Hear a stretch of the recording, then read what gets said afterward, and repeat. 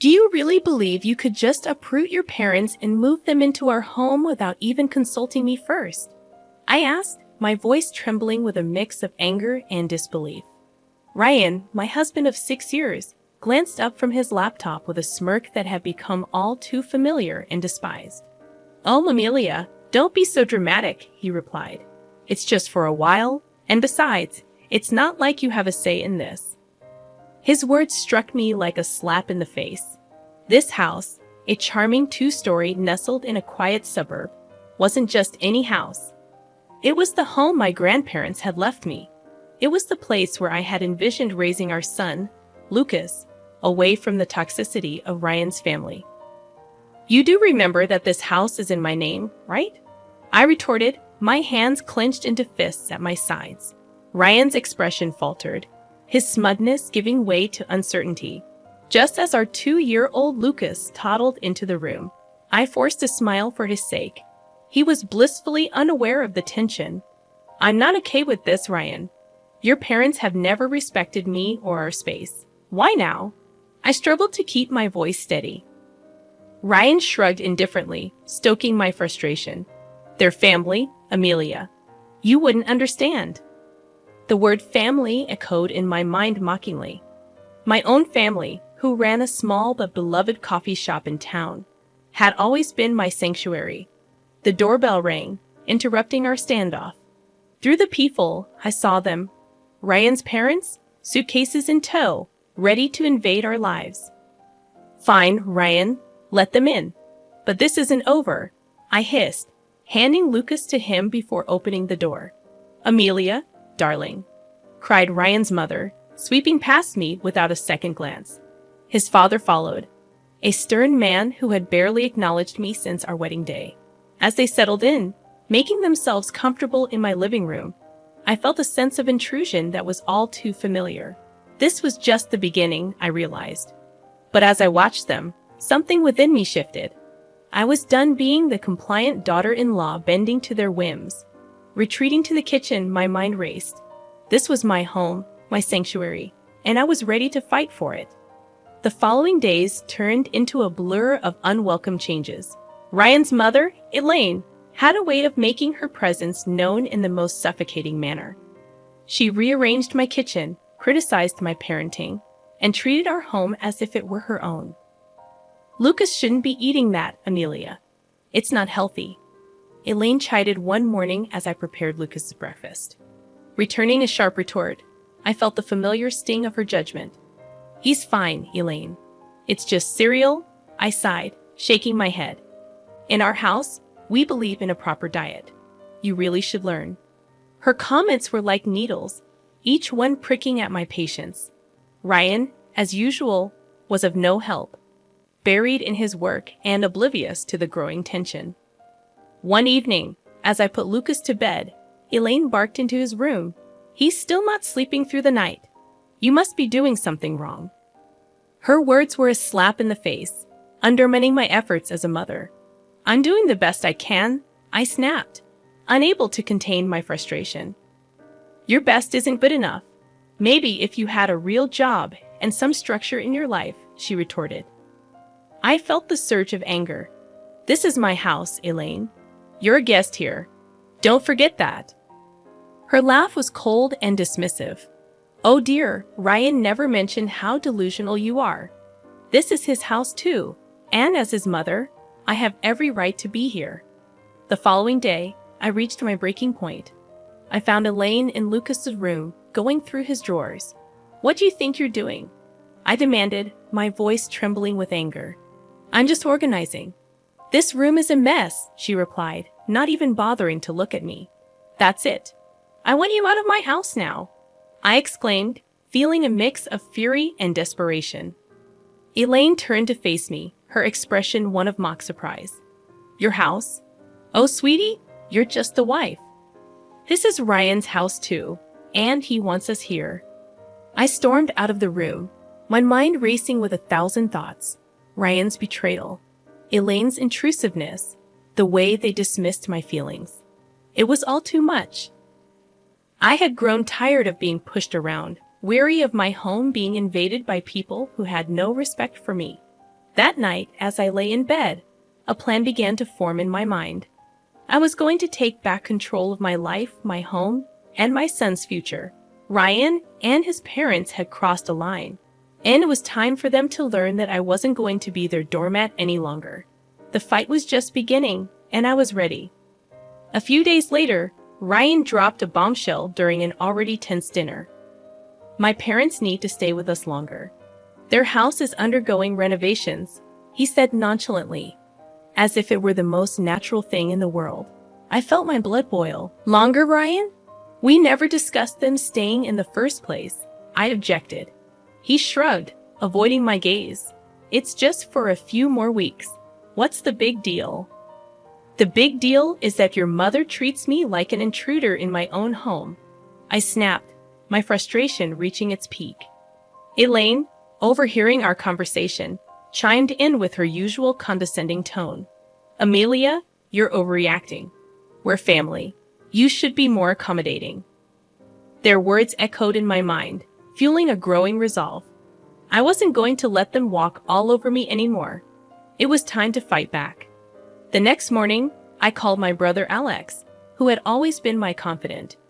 They're taking over my life, Alex. I can't take it anymore.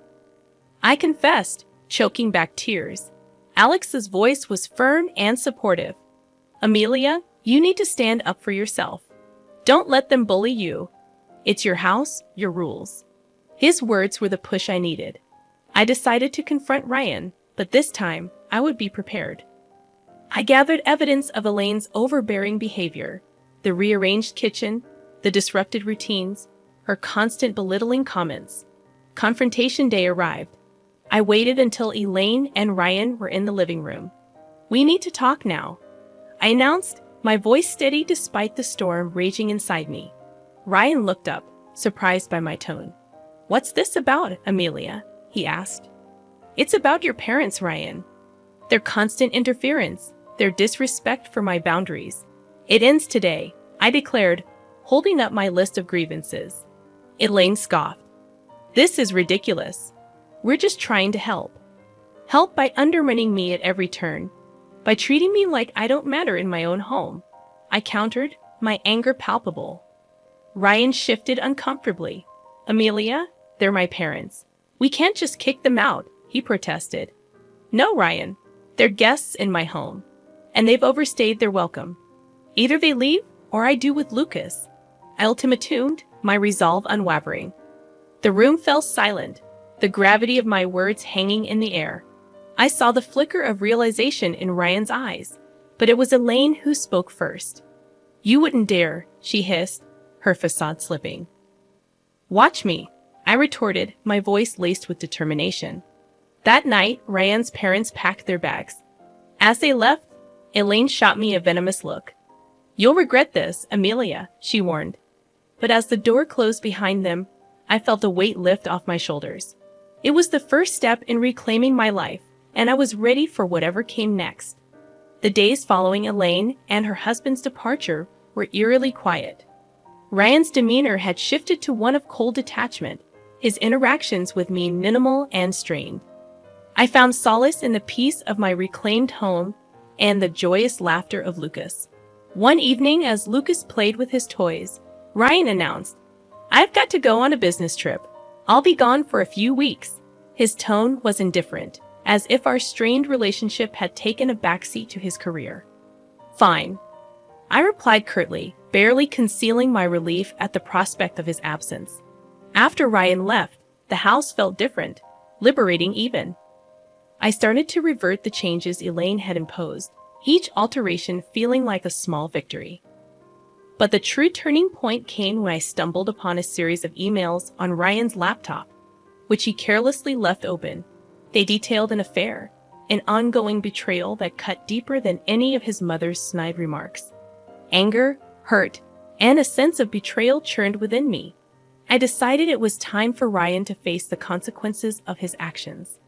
I began to meticulously plan my next moves, each step calculated to ensure that Ryan and his family paid for their deceit and manipulation. The first step was to secure my financial and legal standing. I contacted a lawyer, explained my situation, and started the proceedings for what was now an inevitable divorce. Next, I turned my attention to the house, the symbol of my grandparents' legacy and my independence. I reached out to a real estate agent. I want to sell the house quickly and quietly, I told her. She was taken aback but sensed the urgency in my voice. Are you sure about this, Amelia? This is a big decision, she cautioned. I've never been more sure of anything. I replied with a resolve born of betrayal and newfound strength. The house went on the market, and within days, offers began to roll in. The thought of Ryan returning to find his precious control stripped away brought a bitter satisfaction. In the midst of this, I reconnected with my family, drawing strength from their support. We're here for you no matter what, my father assured me as I watched Lucas play, innocent and unaffected by the turmoil. I made a silent vow to protect his happiness at all costs. Ryan's return loomed on the horizon, but I was no longer the woman he had left behind. I was ready to confront him, armed with the truth and a plan to reclaim my life. The day Ryan returned was marked with a tension that hung thick in the air. I had rehearsed this moment in my mind, envisioning every possible outcome. Yet my heart raced as I heard his key turn in the lock. Amelia, I'm home, Ryan called out, his voice echoing through the now unfamiliar space. I emerged from the kitchen, my posture rigid. Welcome back, Ryan. We need to talk, I announced. He glanced around, noticing the changes I had made. What's going on? The house looks different, he remarked. I didn't flinch. I sold the house, Ryan. It's no longer ours. His face contorted with disbelief. You did what? You can't just sell our house without telling me, he protested. It's my house, Ryan. And after what I discovered, I don't think you have a say anymore. I said my piece, my tone steady but laced with simmering anger. He scoffed, trying to regain his composure. What are you talking about? The affair, Ryan? I know everything, I revealed, watching as his facade crumbled. His attempt at denial was weak and short-lived. Amelia, it's not what you think, he pleaded. I think it's exactly what it looks like. You betrayed me, our family, I retorted, the hurt evident in my tone. Ryan's expression shifted from shock to anger. You're overreacting. We can work through this, he insisted. There's no we anymore, Ryan. I'll file for divorce, I declared, handing him the papers. The ensuing conversation was a blur of accusations and denials, but I stood my ground. The man I had married was gone, replaced by a stranger fueled by selfish desires. As he stormed out, vowing to fight the divorce, I felt a sense of liberation mixed with apprehension. I had taken the first step towards a new life, but the battle was far from over. In the following weeks, the reality of our situation became public. Ryan's parents, once so imposing and confident, were now caught in the crossfire of their son's indiscretions. Their attempts to contact me were met with silence. I had severed all ties, focusing solely on Lucas and the finalization of the divorce. The day of the court hearing arrived. Ryan looked defeated, the weight of his actions finally dawning on him as the judge granted the divorce and custody of Lucas to me. I felt a sense of justice. Ryan's plea for reconciliation after the hearing fell on deaf ears. You made your choice, Ryan. Now live with it, I said, turning away from him for the last time. The news of our divorce and Ryan's affair spread, affecting his reputation and relationships. His parents, once so proud and judgmental, were now shunned by those who had once respected them. As I walked out of the courthouse, holding Lucas's hand, I realized that this was not just an end but a new beginning. It was a fresh start for me and my son, free from deceit and manipulation. The future was uncertain, but it was ours to shape. Life after the divorce felt like emerging from a long, dark tunnel into the light. I had regained control, not just of the house, which was now sold, but of my life. Lucas, blissfully unaware of the adult complexities, thrived in the love and stability I provided. My days were busy but fulfilling. With my focus now on rebuilding our lives and managing the coffee shop, which had become my sanctuary. However, the shadow of Ryan and his parents lingered.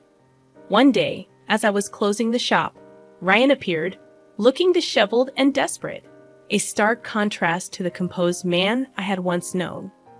"Amelia, please, I need to talk to you," he pleaded, his eyes searching mine for a hint of the compassion that once existed.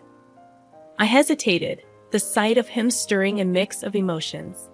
"What do you want, Ryan?" I asked, my voice tinged with embarrassment. "I can't afford the alimony and child support. I lost my job because of the scandal, and my parents, they broke too," he confessed. His words were like a cold splash of reality. "That's not my problem, Ryan. You made your choices, and now you have to face the consequences," I said firmly, closing the chapter of our shared past for good. As I walked away, leaving Ryan standing alone, I felt a sense of closure. The journey had been painful, filled with betrayal and heartache, but it had led me to a place of strength and independence. Life moved on. Lucas grew, his laughter and curiosity filling our home with joy. The coffee shop flourished, becoming a hub of warmth and community. As for me, I found contentment in the simple pleasures, the smell of fresh coffee, the sound of Lucas's giggles, and the support of friends and family. Ryan and his parents became distant memories, their legacy a cautionary tale of the consequences of betrayal and selfishness. My journey had taught me the power of resilience and the importance of standing up for oneself. As I locked the shop that evening, I looked up at the sky, its hues of orange and pink signaling the end of another day. I smiled, holding Lucas's hand tightly. Our future was uncertain, but it was bright. We were moving forward, one step at a time,